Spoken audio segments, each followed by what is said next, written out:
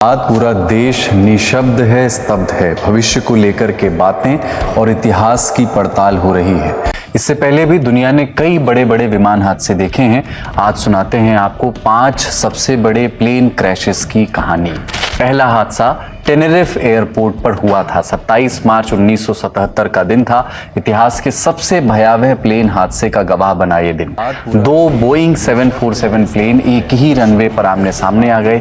जबरदस्त टक्कर हुई। दोनों विमानों के 583 लोगों की जान चली गई। इनमें से एक डच KLM एयरलाइन का विमान था और दूसरा अमेरिकी एयरलाइंस पैन एम का। यह हादसा स्पेन के टेनेरिफ आइलैंड के छोटे एयरपोर्ट पर हुआ। दरअसल 27 मार्च 1977 को आइलैंड के पास ही ग्रैन कैनरिया एयरपोर्ट पर एक बम ब्लास्ट हो गया। इस वजह से कई फ्लाइट्स को टेनेरिफ की तरफ डाइवर्ट कर दिया गया। कोहरा घना था, विजिबिलिटी लगभग 0 थी।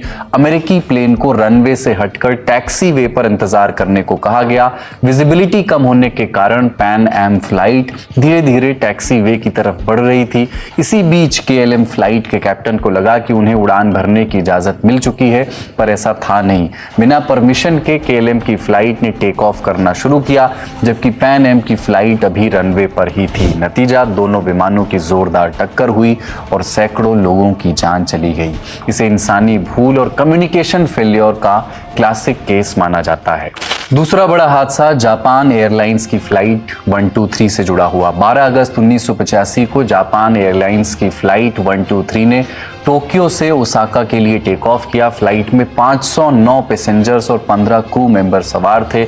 उड़ान के 12 मिनट बाद एक आवाज़ आई जैसे कोई धमाका हो गया हो। तीनों पायलट चौंक गए।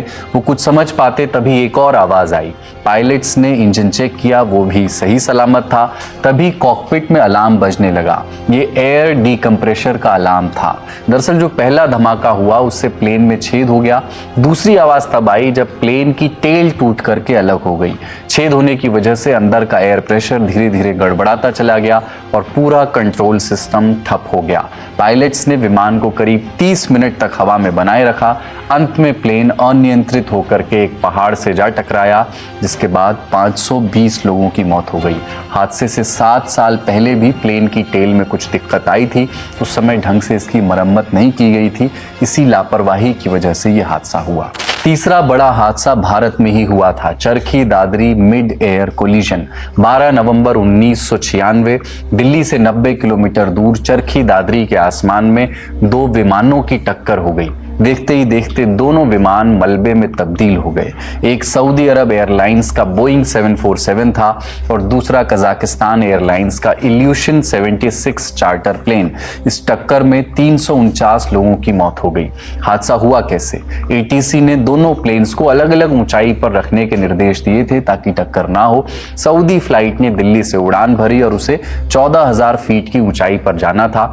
कजाक फ्लाइट दिल्ली एयरपोर्ट पर उतरने की तैयारी में थी और उसे 15,000 फीट पर रहना था, लेकिन कजाक प्लेन ने गलती से नीचे उतरना शुरू कर दिया। तो 15,000 की बजाय 14,000 फीट पर आ गई। दोनों प्लेन्स का ऑल्टीट्यूड एक जैसा हो चुका था। जब तक चेतावनी दी जाती तब तक देर हो चुकी थी। कजाक प्लेन का ऊपरी हिस्सा सऊदी वाले जहाज के विंग्स से टकरा गया और दोनों टूटते हुए जमीन पर आ गिरे। कहते हैं कि धमाका इतना जोरदार था कि लोगों के घर हिलने लगे। कुछ लोगों को लगा कि भूकंप आ गया है। ये मिड एयर कोलिजन का सबसे बड़ा मामला था। भारत का सबसे बड़ा विमान हादसा भी था। इस हादसे ने भारत को एयर ट्रैफिक कंट्रोल और एयर स्पेस सेफ्टी को लेकर के बड़ा सुधार करने के लिए तैयार किया। चौथा बड़ा हादसा तुर्की एयरलाइंस फ्लाइट 981 के क्रैश होने से जुड़ा है। तुर्की एयरलाइंस फ्लाइट 981 हादसे को कार्गो डोर त्रासदी के नाम से भी जाना जाता है। 3 मार्च 1974 को हुए इस क्रैश में 346 लोगों की मौत हुई थी। तुर्की एयरलाइंस की फ्लाइट इस्तांबुल से चली और पेरिस में उतरी। यहाँ से कुछ यात्री चढ़े। फ्लाइट की अगली उड़ान लंदन के लिए थी। उस वक्त DC-10 विमान अपनी कैटेगरी का सबसे नया और उन्नत, बहुत ही एडवांस्ड विमान था। प्लेन ने उड़ान भरी। कार्गो डोर टेक ऑफ के कुछ ही मिनटों बाद खुल गया। कार्गो डोर का खुलना अचानक और विस्फोट की तरह हुआ। इससे प्रेशर तेजी से कम हुआ और केबिन का फर्श बैठ गया। जैसे ही फर्श टूटा, केबिन के नीचे से गुजरने वाली कंट्रोल केबल्स टूट गईं, पायलट्स ने प्लेन का कंट्रोल खो दिया। उन्होंने कोशिश भी की कि किसी तरह विमान को घुमा सकें, लेकिन प्लेन बेकाबू हो गया और फ्रांस के एर्मोनॉनविल के जंगलों में जा गिरा। क्रैश इतना भीषण था कि ज्यादातर शवों की पहचान भी नहीं हो सकी।